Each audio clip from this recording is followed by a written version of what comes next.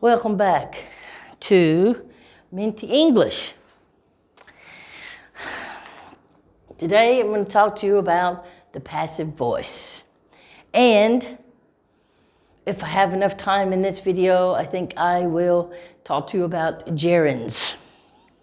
So, we're going to talk about passive voice right now. Okay?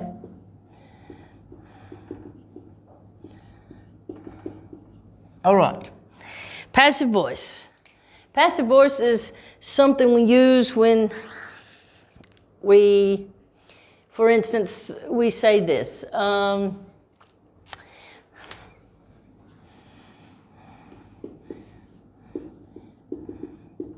Chinese make the brand Samsung. Okay, I don't know that that's true. I think it is, but it may be Korea. Either way, just an example here. Now, this is like a comment, or it's not even a reply, really. It's basically a comment, an opinion maybe. This is active voice, okay? This is what we use most of the time. Now, there are certain circumstances where we do use the passive voice. Now, if I wanted to say this exact same thing, but I want to use it in the passive voice, then this is how we would say that. The brand Samsung is made by the Chinese. Okay? Now basically, how we know what we need to do here is you have the subject, okay? The subject of the sentence would be the Chinese, or the noun, if you want to say, all right? And then you have the object, and the object would be Samsung. So, in active voice, the noun is here and the object is here. Or the noun the noun represents the object. But if we turn it into passive voice, the object gets switched, okay? And it then becomes the subject, and the Chinese then become the object. This is how we change from active to passive voice, okay? You can also look at your verb here, okay? Look, there are many different ways to do passive voice. I'm giving you the simplified way to do that. If you look at your verb, and your verb is in the present tense, that means, let's see. If it's in the present tense, okay, you are going to use the verb be plus the past participle, all right? So, verb be plus the past participle. And that is going to put you into the passive voice as well. And we do use by, okay? Now, we can use the passive voice without by. For instance, we could say, instead of using by, we could say the brand Samsung is made in China. Okay? We don't have to use by. All right. Now, let's say I give you this particular sentence.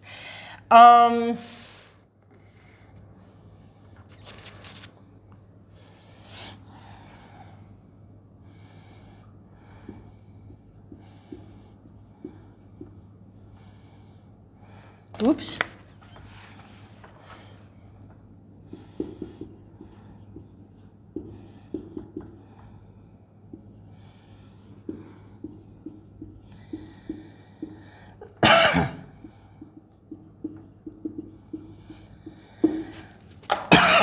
All right.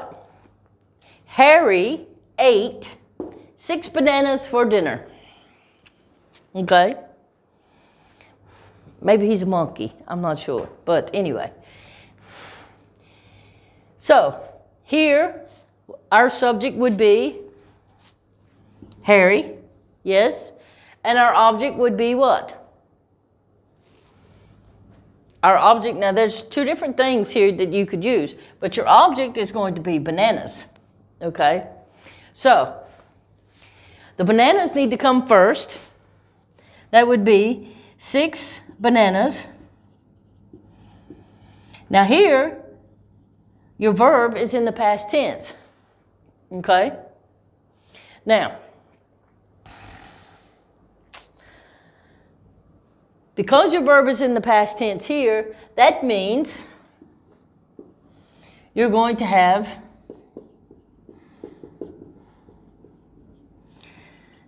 was or were, yes, plus the past participle.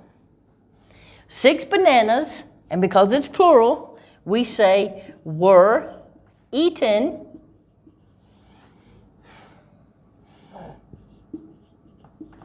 for dinner. We can say it this way, or we could say 6 bananas were eaten for dinner by Harry. Okay? Or you could even switch that around and you could say 6 bananas were eaten by Harry for dinner. All right?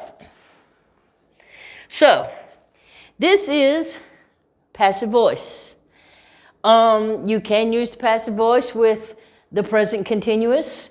You can use the passive voice with, if I'm not mistaken, the past continuous. But we're going to deal with the basic here because once you master this, the rest of them are very easy. Okay? So, all right. Passive voice, a lot of people have problems with it, so I'm hoping this is going to help you to figure this out. Okay? All right.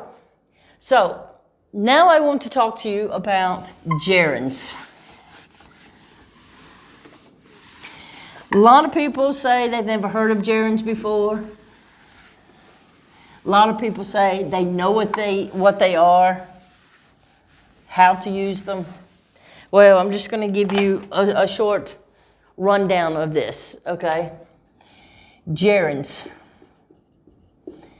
What are gerunds?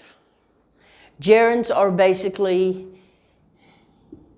verbs plus ing. That's all it is. Any verb with ing can be a gerund. Okay. If I say gerunds are only verbs with ing, that would be incorrect. Gerunds can also be nouns. And you're probably asking yourself, how is that possible? Well, I will give you an example. I love reading. Yes? This is your gerund. Okay? It is a verb. Now, if we take this verb and make it the subject of the sentence, which would then become a noun, it would look something like this.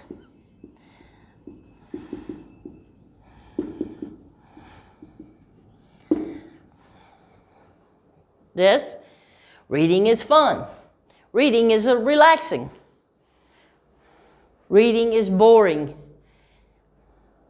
Reading makes me bored. Yes? Now, this noun is now, or this gerund, which was a verb, is now the noun of the sentence. Gerunds are pretty easy to use. If I said, for instance, what if I wanted to say, close the door behind you. Okay? Just a basic sentence here. Close the door behind you. But let's say I wanted to change this and use a gerund in this, in my way of saying that. So, how could I say that? I would say, would you mind closing the door behind you? Here, this is a gerund because now we have added ing and it is a verb. It will not be a noun here. All right? Now, let's try one a little bit more difficult. Maybe,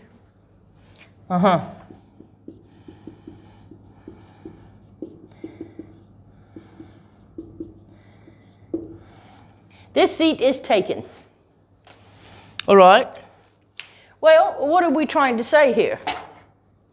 If I have 2 seats or 2 chairs, I'm sitting at a restaurant and I'm sitting at a table by myself and someone comes over and says, can I sit here?